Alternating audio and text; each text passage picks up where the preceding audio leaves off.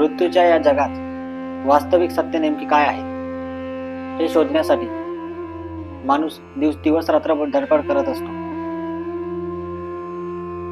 वास्तविक सत्य हे जर शोधायचे असेल तर ते माणसाच्या अंतरीच आहे.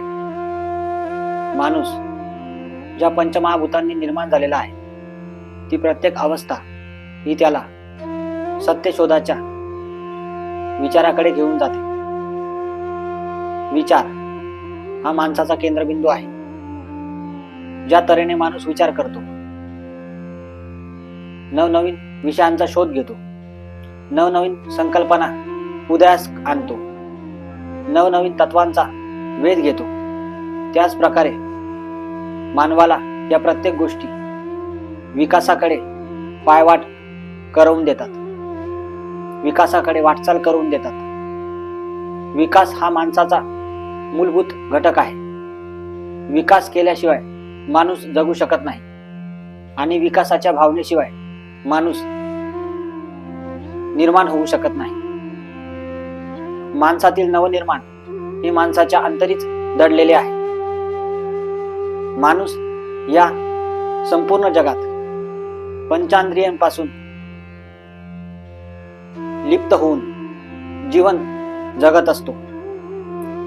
वास्तविक सत्याचा शोध घेणे, वास्तविक सत्य नेमकी काय आहे ते चाचपडून पाहणे, वास्तविक सत्य हे जगाच्या अति पलीकडे आहे, वास्तविक सत्य हे जगाच्या अति सुदूर आहे, ते जाणून घेण्यासाठी माणूस हा दिवस रात्र धडपड करत असतो.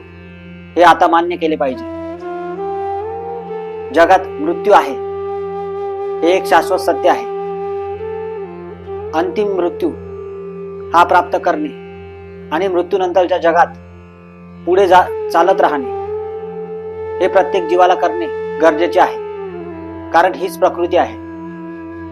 प्रकृतीचा विषय ज्या ज्या वेळी आपण जाणून घेत असतो त्या त्यावेळी आपल्याला पंचेंद्रियांची आठवण येते. याच पंचेंद्रियांच्या माध्यमातून आपण प्रकृतीला समजावून घेण्याचा प्रयत्न करत असतो. प्रकृतीला नाना प्रकारे जाणून घेण्याचा प्रयत्न करत असतो. प्रकृतीला वेगवेगळ्या तऱ्हेने आपण तिची अपहार करण्याचा प्रयत्न करत असतो. या प्रकृतीचा उदय काही शेकडो वर्षापूर्वी झाला नाही तर अगदी आदिम काळापासून झालेला आहे. हीच प्रकृती आजही अविरत तशीच चालू आहे. प्रकृती ही शाश्वत आहे. अंतर प्रकृती आणि बहिर प्रकृती या दोन व्याख्या आपल्याला या माध्यमातून व्याख्यातित करता येतात. अंतर प्रकृती जी मनाशी निगडीत आहे, तर बाह्य प्रकृती ही शरीराच्या वेगवेगळ्या अवस्थांशी प्रमाणित आहे. अंतर प्रकृतीचा विषय हा मनाच्या मनोयोगाशी संबंधित असतो, तर बाह्य प्रकृतीचा विषय हा हठयोगाच्या तत्वांशी निगडीत असतो. वेगवेगळ्या उल्लेखांमध्ये, वेगवेगळ्या प्राचीन ग्रंथांमध्ये याविषयी मतभेद आढळलेले आपल्याला दिसतात. परंतु मतभेद जरी वेगवेगळ्या संदर्भात या विषयांमधून आपल्याला उल्लेखित होत असताना दिसले तरी एक गोष्ट मात्र नक्की आहे की ध्यान संदर्भात ध्यान हा प्रकृतीचा एक गाभा आहे. ध्यान हा प्रकृतीचा एक वास्तव नमुना आहे. ध्यान हा प्रकृतीचा एक वास्तविक संदर्भ आहे. ध्यानाशिवाय कोणतीही गोष्ट शक्य नाही. सर्व मतभेद हे बाह्य बाजूकडे केंद्रित केले तरी आंतरिकता ध्यान हे वास्तविक सत्य आहे हे जाणून घेणे अत्यंत गरजेचे राहील. वास्तविक सत्य याचा शोध घेणे हे आता प्रमाण मानले पाहिजे. वास्तविक सत्याचा शोध घेणे, वास्तविक सत्य चाचपडून पाहणे आणि वास्तविक सत्य हे तत्वशः निरखून घेणे हे आता गरजेचे झालेले आहे. जसजसा युग हे पुढे पुढे जात आहे तस तसं मानवाच्या अत्यंत उत्कंठा या वास्तविक सत्याच्या शोधाविषयी आकृष्ट होताना आपल्याला दिसतात. कलियुगाचे लक्षण हे वास्तविक सत्याशी निगडीत आहे. कलियुगाचे लक्षण हे वास्तविक सत्याच्या शोधाशी संबंधित आहे. तत्वतः मान्य केले तर आपल्याला असे दिसते की प्रकृती हाच सारसुश्रुत अर्थ आपल्याला उदयास आणण्यास मदत करते. प्रकृतीचा विषय हा गंभीर आहे. प्रकृती हीच स्थानापन्न होऊन आपल्याला सर्व काही दर्शन घडवत असते. फक्त आपल्याला गरज आहे ती निवांत बसण्याची. फक्त आपल्याला गरज आहे ती निवांत ध्यान करण्याची. कारण निवांत ध्यान करणे ही एक अशी पद्धत आहे जी प्रकृतीच्या सारसुश्रुत सौंदर्य दृष्टीशी संबंधित आहे. गाभाशय, गाभाशयाचा अर्थ, गाभाशयाचा सार विषय हा अत्यंत प्रमाणित मानला जातो. गर्भित अर्थ हा त्यातील एक अत्यंत मूलभूत संरचना मानला जातो. भाषा सौंदर्य हे त्यातील एक प्रमाण आहे. जशी मानवाची उत्पत्ती झाली तशी मानवाने भाषा विकसित केली.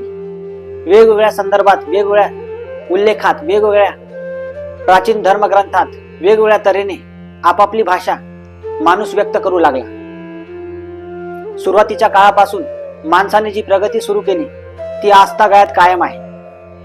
परंतु आता कलियुगात मानवाची प्रगती ही ध्यानाच्या माध्यमातून पुढे होत चाललेली आहे. ध्यान म्हणजे काय, ध्यानाची व्याख्या कशी करता येऊ शकते या संदर्भात तो विचार करू लागलेला आहे. कारण ध्यान ही एकच अशी गोष्ट आहे, ध्यान ही एकच असे अवयव आहे जे मानवाला संपूर्ण बुद्धी प्रामाण्य शाश्वत सत्य प्राप्त करून देऊ शकते असे माझे मत आहे. याच माध्यमातून विचार करत असताना नामाविषयी आणि नामाच्या तत्वाविषयी जाणून घेणे गरजेचे राहील. नाम म्हणजे काय, नामाची व्याख्या कशी करता येऊ शकते. नाम हे जसे सत्य आहे तसे त्यातील सत्य शोधाचा अर्थ हा किती निपुण आहे हे आपल्याला आज पाहिले पाहिजे. या जगात दोन विचारधारेचे लोक राहतात, एक शून्यवादी, दुसरे सत्यवादी. शून्यवादी जे सांगतात की सर्व काही शून्य आहे, इथे शोध घेऊन काही उपयोग नाही. तर सत्यवादी जे सांगतात की सत्याचा शोध नेहमी घेत राहा, कारण सत्य हेच शाश्वत आहे. तर तुम्हाला यापैकी काय व्हायला आवडेल, एक शून्यवादी की सत्यवादी? मला असं वाटते की आपण सत्यवादी होऊया. सत्याचा निरंतर शोध घेऊया, सत्याचा निरंतर आस्वाद घेऊया. जो सत्याच्या मार्गाने जाईल तोच सत्य शोधाच्या वाटचालीकडे बुद्धिप्रामाण्य विकसित करू शकतो असे माझे मत आहे.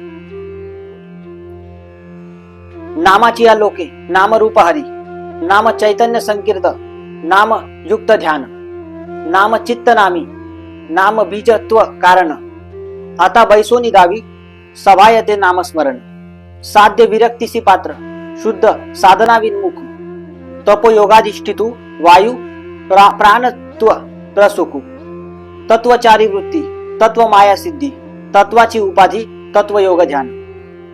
नामाची व्याख्या करत असताना नाम हे एक तत्व आहे, नाम हे एक एकत्व आहे. नामाची व्याख्या करत असताना त्याला चैतन्याशी संबंधित केलेले एक विधान मानलेले आहे, जे नामयुक्त ध्यान या नावाने प्रेरित आहे. नाम हे एक चित्त आहे, नाम हे एक बीजत्व आहे जे कारण तत्वाला उत्पत्ती करण्यासाठी सक्षम आहे. अर्थात साध्य विरक्तीसी पात्र, शुद्ध सानवा विन्मुख, अर्थात जो साधनेशी एकनिष्ठ आहे, जो साधनेशी प्रमाण शुद्ध आहे, जो साधनेशी आचरणयुक्त आहे, असा साधना विन्मुख जो आहे तो तप योगाधिष्ठित या प्रमाणात सहज सिद्ध राहील. अर्थात तत्वचारी वृत्ती, तत्व माया सिद्धी, तत्वाची उपाधी, तत्वयोग ध्यान. अर्थात ध्यानाची व्याख्या करत असताना ध्यान हे तत्व आहे, ध्यान हे एकत्व आहे, ध्यान हे सिद्धिमय आहे, ध्यान हे उपाधी सक्षम आहे आणि ध्यान हे सर्वात महत्वाचे म्हणजे ध्यान हे योग आहे. अर्थात विश्वाची उकल करत असताना, विश्वाला समजून घेत असताना जितके महत्व सत्याकडे प्रेरित होऊन आपण दिले पाहिजे, तितकेच महत्व आपल्याला सत्याच्या अंतिम शोधाशी निगडीत असलेल्या ध्यानालाही दिले पाहिजे, असे माझे मत आहे. सत्य जे निरंतर प्रवाहित होत असते, सत्य जे निरंतर विकासशील आहे, सत्य जे निरंतर मानवाला एक नवी दिशा देण्यास पात्र आहे, नवयुगाची सुरुवात करण्यास सत्य हेच प्रमाण शुद्ध आहे आणि शाश्वत आहे आणि शाश्वत राहील. अर्थात आजचा नवयुग युगाचा माणूस हा कशा प्रकारे जीवन जगतो, कशा प्रकारे त्याचे आचरण करतो, कशा प्रकारे त्याची वाटचाल करतो, याशी संबंधित प्रत्येक प्रामाण्य हे तत्वशः आणि तत्वतः विशद करता येऊ शकते, असे माझे मत आहे.